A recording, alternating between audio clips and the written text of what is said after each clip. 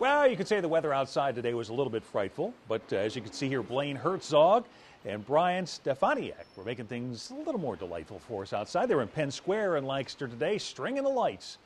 And they inform us that, if one bulb goes out, they don't all go out. So that's some good news for us there. It's going to get a little chilly.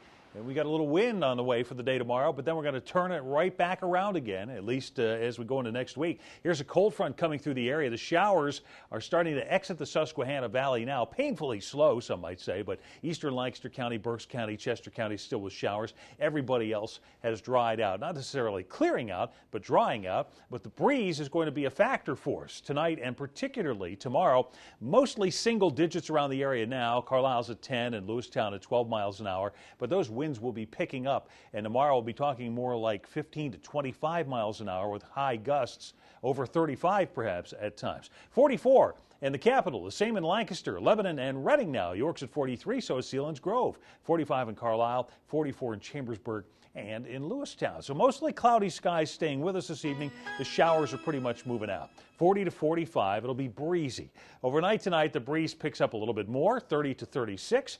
And then tomorrow, a windy, chilly Veterans Day, a 3-day weekend for a lot of folks. It'll start off kind of blustery tomorrow with high temperatures in the upper 40s. And then by the time we get to Saturday, the turnaround will be underway. The high 53 coming at 9 o'clock this morning. And ever since then, temperatures have been dropping. Not a lot of rain with the system, 0.14 inches. That's it.